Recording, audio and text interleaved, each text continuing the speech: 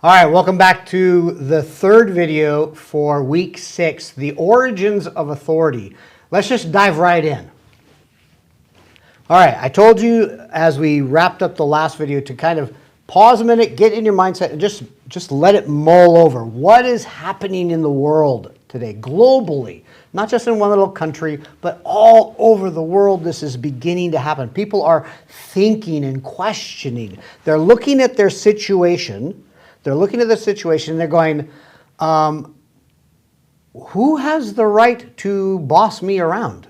Who has the right to determine my future, my happiness? Who has the right to determine my liberties, my desires, and the things that make me and life what they are? Who gets to do that? And it's becoming more and more of a crisis, of mental crisis, because people are making more and more money. They're moving up. This middle class is really starting to grow. They're beginning to start to face certain problems and have possibly the need to make some opportunities.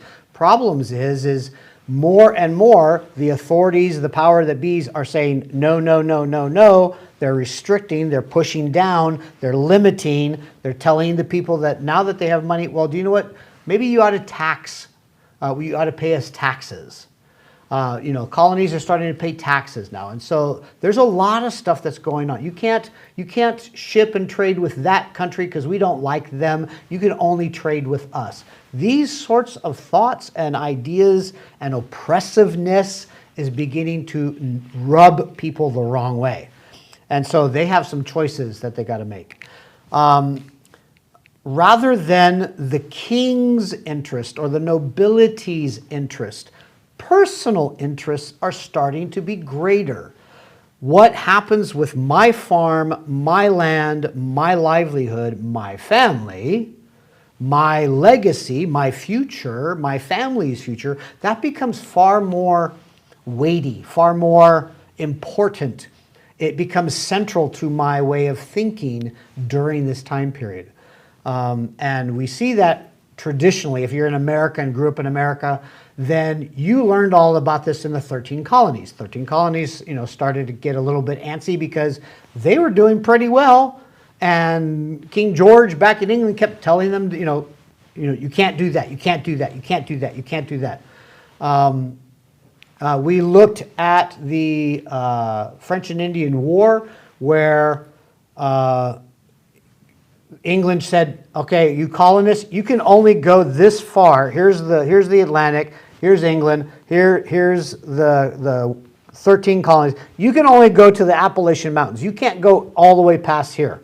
All that farmland, all that open riverland and opportunity, you can't take that. We're going to proclaim this line, this imaginary line. You can't go past that. Oh, and by the way, you can't trade with France. And by the way, you have to pay a certain amount to pay back for us fighting the French and Indian War. All of this was like, wait a minute, that's all about you, King. That's all about you way over there in England. It's not about us. What about us? We need to be able to expand and pursue our own happiness. We have rights too. Or do we? Well, that's part of the thinking during this time. John Locke is one of those people that really sort of rises up and becomes a champion of people's natural rights. They're the rights that every human has. He writes in 1689, he says, men being, as has been said, by nature, all free, equal, and independent.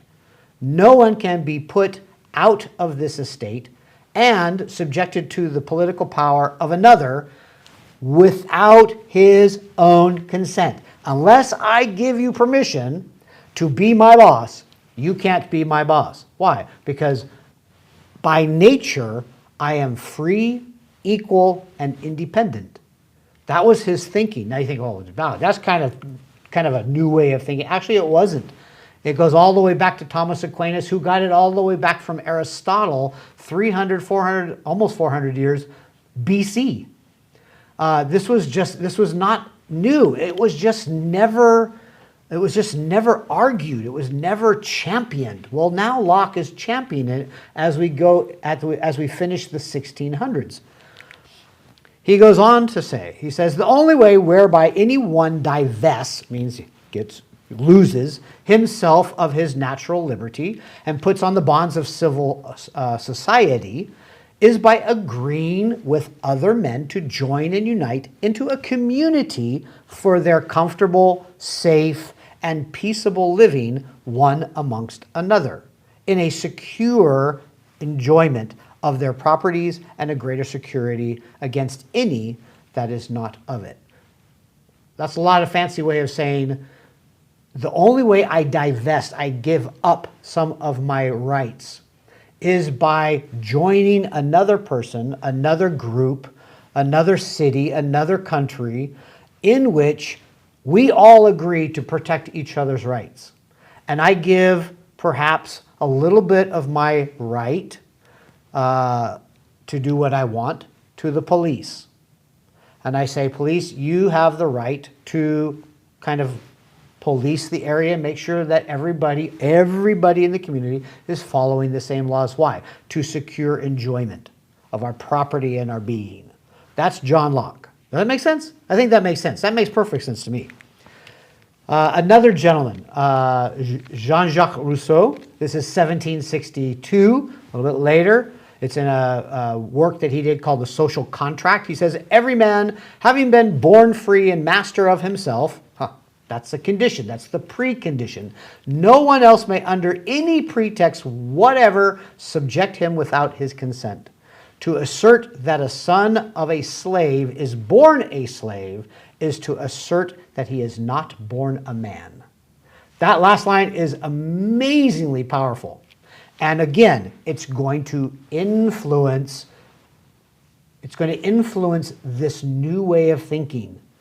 Lots of people in our era will look back at that era and say, oh, those people are just slave owners and they were just horrible people and there was no equality whatsoever.